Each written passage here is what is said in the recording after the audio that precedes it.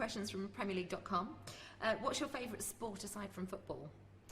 I don't know, I love all sports. I'm a huge fan of rugby union, rugby league, golf.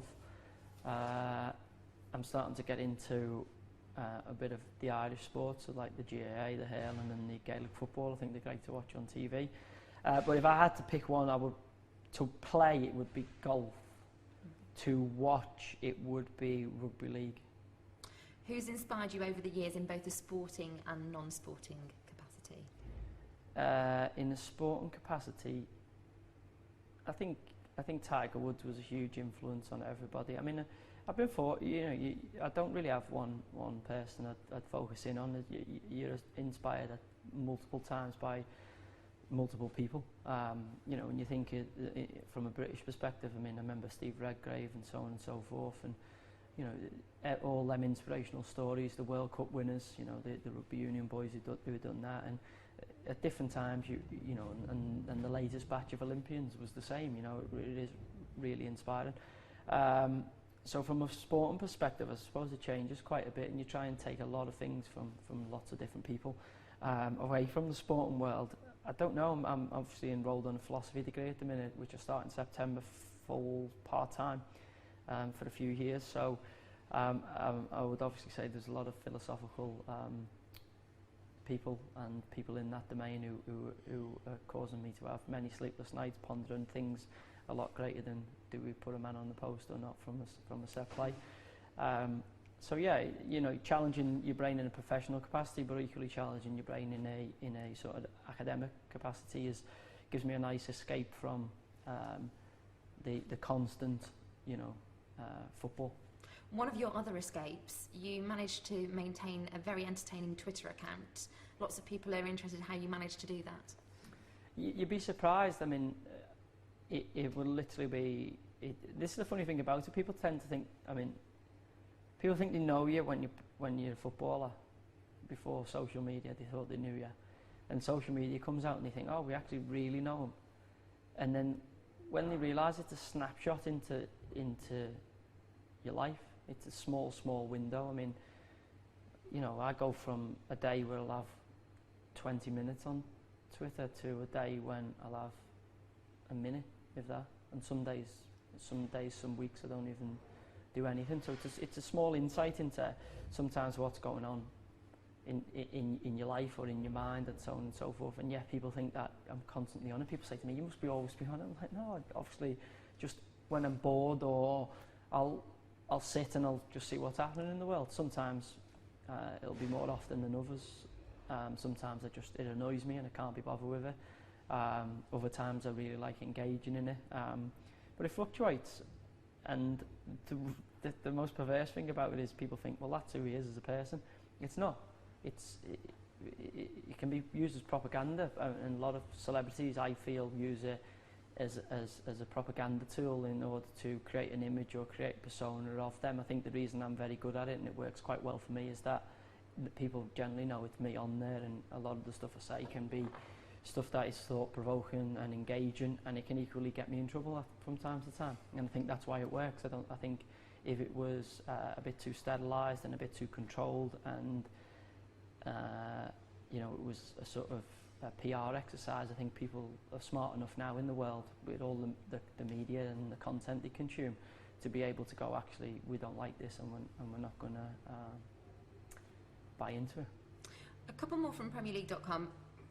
Who is the best player you've ever played against? I don't know. It's very, very difficult to name one player. I think it'd be unfair. There's a lot of players who pose a lot of different challenges. I'm going to take the fifth on that and refuse to answer. It's too hard. What's your favourite Premier League goal that you've ever scored? I haven't scored that many. I think I've got 20 or so. I quite enjoyed the two for Newcastle, even though they were both penalties in a 4-4 draw. I think that symbolised a lot about our team spirit at the time. And I mean, from a spectacular perspective, I scored a really good volley against Wigan, but it ended up being a consolation. And I scored a really good goal against Charlton when I was a youngster, which was a game winner, or certainly a goal and a win. But I don't dwell on it. I think, you know, people get fascinated by spectacular goals and so on and so forth, but the old cliche of they all count the same.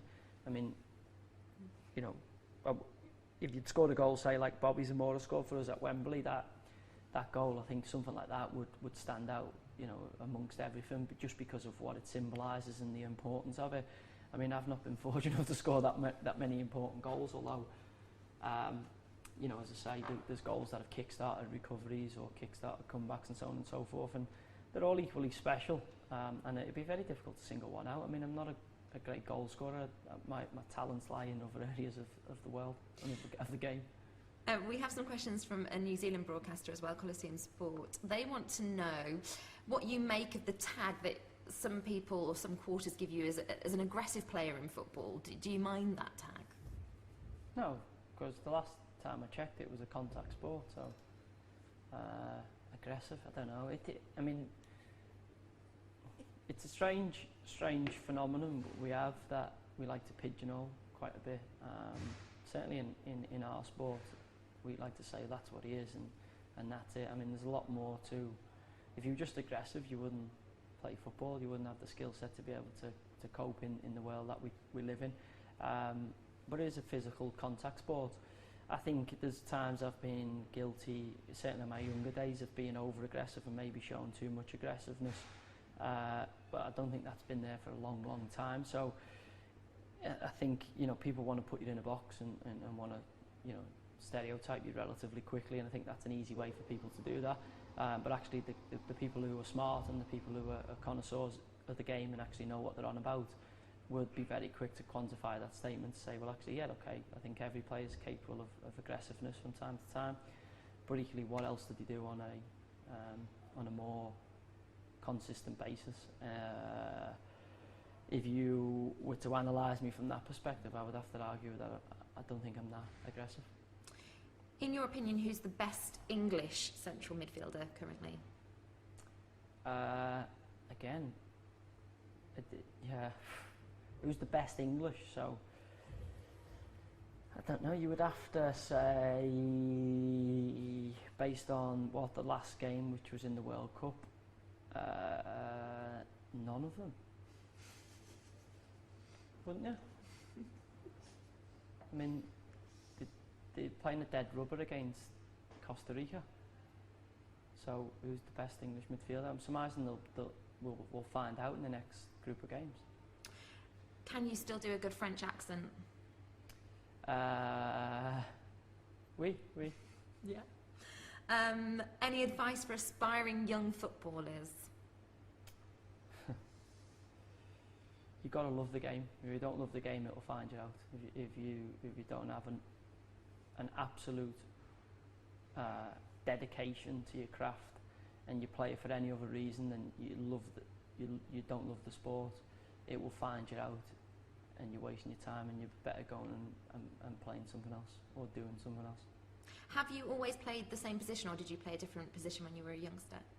No, I played multiple positions. I was a centre forward. I was a goalkeeper until I was 9, and I used to come out because I was better than all the other kids. It was sort of unfair for me to play out, so they used to put me in goal, and I quite liked being in goals. And then if we were getting beat or we went behind, I would come out and play out. I think it was mainly to level the field up for the other kids, but I actually had ambition to be a goalkeeper. And then I was really small, so then I started playing up front because I was quite good. Then I wasn't quick enough and dropped back into midfield, and then I wasn't big enough and went to right back. Then I went to right midfield, left midfield, and finally centre midfield. So I've been, I was probably a jack of all trades, master of none, and probably still am to this day. What do you think about the Di Maria signing, going to United? He had lovely earrings in when he signed. You did? I thought they were really nice earrings.